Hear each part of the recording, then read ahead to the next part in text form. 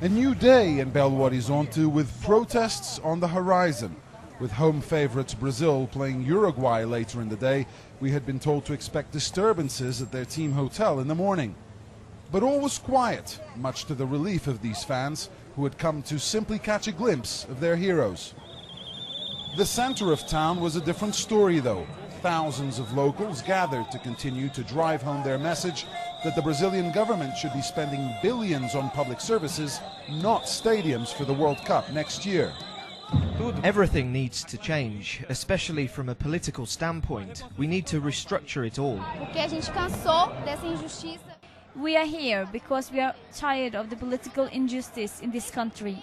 We want a better society and we are all together to try to change Brazil. We're now here at the Praça 7 in Belo Horizonte. It translates into the 7th Square, one of the most important in town, and this is where people are congregating.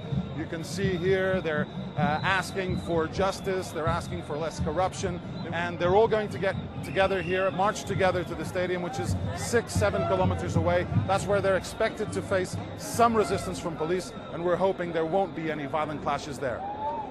There's less than an hour left for kickoff. I've just been speaking with some of the military police agents here, and they say that fortunately there aren't any clashes with protesters. They say what really has helped is the fact that you can only get around the perimeter of the stadium if you have a ticket or one of these. That's the situation on this side. We're going to check if it's any different on the other side of the Mineirão Stadium right now.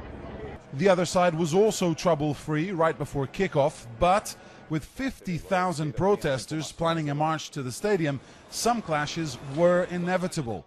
Police had to use tear gas to disperse several pockets of demonstrators close to the ground, and there were outbreaks of violence. Inside the stadium, Brazil managed to book a place in Sunday's Confederations Cup final, but that showpiece in Rio de Janeiro will also become the next target for those wanting their voices to be heard.